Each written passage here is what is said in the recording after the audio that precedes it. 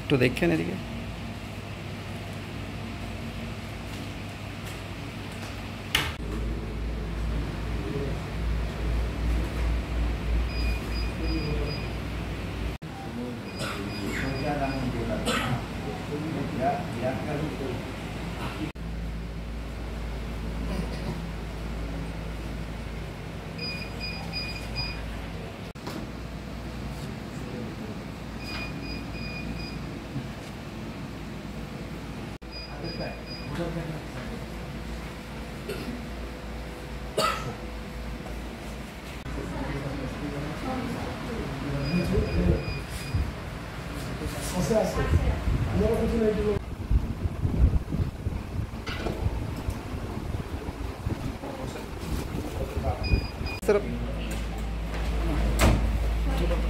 এদিকে দেখুন।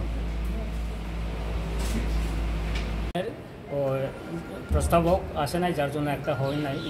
এই 2 দিনের মধ্যে আমরা জমা দিয়ে দেবো। আর বাকি 3 জন প্লাস 1 জন 4 জনের আমরা এই কয়েকদিনের মধ্যে দিয়ে দেবো। এই নমিনেশন জমা দিতে কি কোনো অসুবিধা হয়েছে আপনাদের?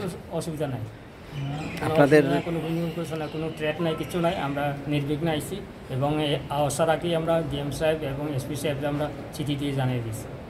নির্বাচনে জয় নিয়ে কতটুকু আশাবাদী আপনাদের? এই নির্বাচনে আশা করি আমরা ভালোই সাড়া পাইতেছি। এর মধ্যে আমরা অন্তত নইলেও 5টা তো পাওয়ার সম্ভাবনা আমরা ছিল। সারা রাজ্যেই একটা সন্ত্রাসের আবহের মধ্যেই আমাদের পার্টির সিদ্ধান্ত ছিল যে আমরা জেলা পরিষদ, পঞ্চায়েত সমিতি এবং গ্রাম পঞ্চায়েত নির্বাচনের সব আসনেই প্রতিদ্বন্দ্বিতা করব এবং এই লক্ষ্যেই আমরা প্রার্থী মনোনয়নের কাজ শুরুও করি। কিন্তু অত্যন্ত দুর্ভাগ্যজনকভাবে যেটা বলতেই হয় যে আমরা যখন প্রথম গত 12 জুলাই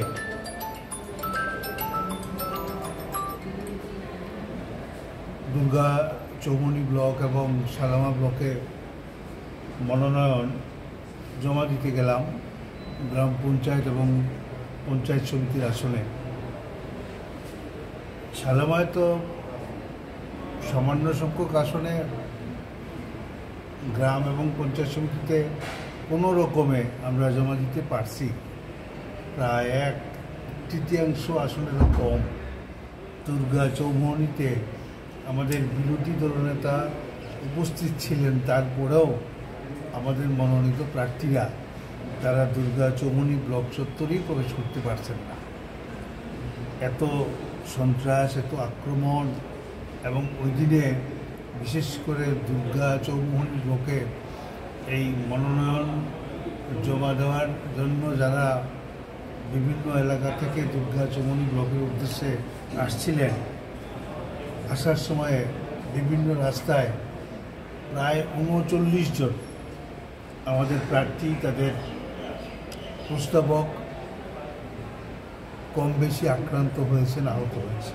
এটা আমাদের কাছে একটা জিজ্ঞাসা যে দল প্রায় 1 মাস আগে লোকসভা নির্বাচনে 70% ভোটে তারা জয়লাভ করলেন, সেই দল এখন তারা এই পঞ্চায়েত নির্বাচনে শান্তিপূর্ণ, অবাধ, নিরপেক্ষ নির্বাচনকে ভয় পাচ্ছেন কেন?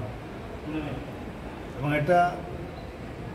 এই প্রশ্নের উত্তর জনগণ যেমন জানেন, শাসক দল আরও বেশি জানে।